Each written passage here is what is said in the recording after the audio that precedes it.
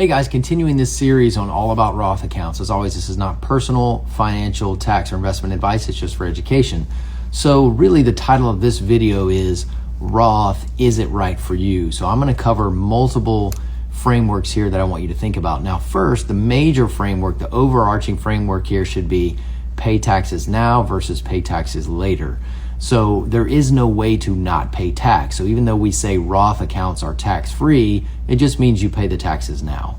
So when would you want to do that versus when would you want to defer money on a traditional basis, meaning you're going to defer those taxes until you actually distribute the money. Now there's a couple things to think about. One would be age, the other would be income limits, and the others would be tax brackets. So if you think about this, if you are younger, over time, it is much more likely of a bet that tax rates and brackets will increase over time. Historically, we're in lower tax brackets. So if you are younger, it makes a lot of sense for you to make contributions on a Roth basis, whether that's in an IRA or a 401k or elsewhere. The other thing to think about is when you are young and you're just starting your career, your earning potential is usually higher the more years you work. So if you're just starting out, it makes more sense to make Roth contributions early.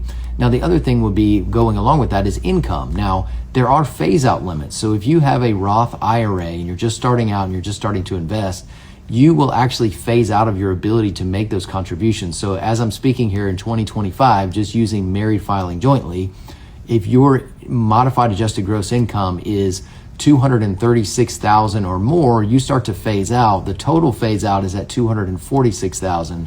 But basically, if you make under $236,000, you can make the full contribution. As I said in my last video, that's $7,000 if you're 50, or if you're under 50, and it's $8,000 if you're 50 and older. So thinking about that framework is, do I want to pay the taxes now or do I want to pay taxes later? Now, if you have certainty that you know your tax bracket is going to be higher in the future, it makes absolute sense to defer your money, meaning your contributions on a Roth basis, meaning you're going to contribute to these retirement accounts on a Roth basis. Now, there's one last consideration, and that's liquidity. If you have a Roth 401k, you cannot simply access the contributions anytime like you could if you had a Roth IRA. So that's really the final contribution of, it's not should you do Roth, but it's where should you do Roth. So the first framework of taxes now versus later is should you do it? Second is where should you do it? Hope it's helpful. I'll see you next time.